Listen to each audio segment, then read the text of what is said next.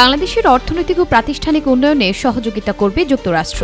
রোববার বাংলাদেশের অন্তর্বর্তী সরকারের প্রধান উপদেষ্টা ড. মোহাম্মদ ইউনূসের সাথে সাক্ষাৎ শেষে ঢাকার মার্কিন দূতাবাস তাদের ভেরিফাইড ফেসবুক পেজে শেয়ার করা এক পোস্টে এ কথা জানান। সেখানে বলা হয়, প্রধান উপদেষ্টা ড. মোহাম্মদ ইউনূসের সাথে সাক্ষাৎকালে বাংলাদেশের মানুষের কল্যাণে অন্তর্ভুক্তিমূলক অর্থনৈতিক প্রবৃদ্ধি, প্রতিষ্ঠান গঠন এবং উন্নয়ন সহযোগিতার বিষয়ে নিশ্চিত করেছেন মার্কিন প্রতিনিধি দল।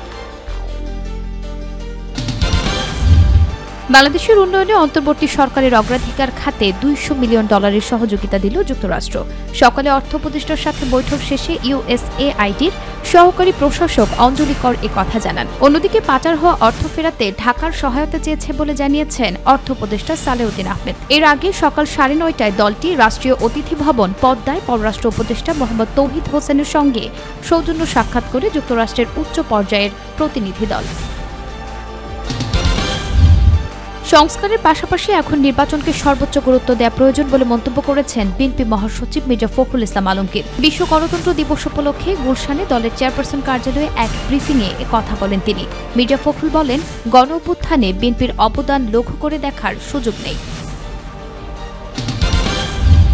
বৈষম্যবিরোধী আন্দোলনের সময় পোশাক শ্রমিক রুবেল হত্যার অভিযোগে রাজধানীর আদাবর থানার মামলায় গ্রেপ্তার সাবেক জনপ্রশাসন মন্ত্রী ফরহাদ হোসেনের 5 দিনের রিমান্ড মঞ্জুর করেছেন আদালত। দুপুরে তাকে আদালতে হাজির করে মামলার তদন্ত কর্মকর্তা আদাবর থানার পরিদর্শক আব্দুল মালেক 7 দিনের রিমান্ড চেয়ে আবেদন করেন। বাংলাদেশ ও মালয়েশিয়ার মধ্যে সম্ভাবনাময় খাতগুলো নিয়ে পরিপূর্ণ বিশ্লেষণ করে মুক্ত বাণিজ্য নিয়ে কাজ করা যেতে পারে বলে জানিয়েছেন পররাষ্ট্র মন্ত্রণালয়ের অতিরিক্ত সচিব এফ রিয়াজ হামিদুল্লাহ। দুই দেশের কূটনৈতিক সম্পর্ক আরও মজবুত করতে আয়োজিত এক সেমিনারে এ কথা বলেন তিনি। মালয়েশিয়ার হাইকমিশনার হাজনা মোহাম্মদ হাশিম জানান, রোহিঙ্গা ইস্যুতে আন্তর্জাতিক পরিমণ্ডলে আলোচনা চলছে।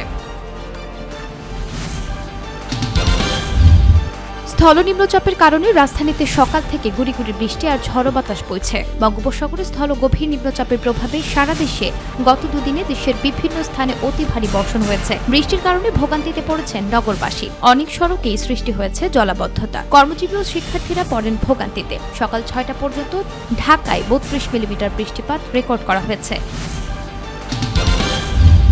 দেশের সব পোশাক কারখানা আজ থেকে খুলেছে, তবে বিশৃঙ্খলা হলে নিরাপত্তার সংখ্যায় কারখানা বন্ধ রাখতে পারবেন মালিক, এমন হুঁশিয়ারি দিয়েছে বিজিএমইএ।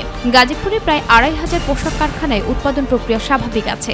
সকাল থেকেই বৃষ্টি উপেক্ষা করে শ্রমজীবী মানুষেরা নিজেদের কর্মস্থলে যোগ দিয়েছেন।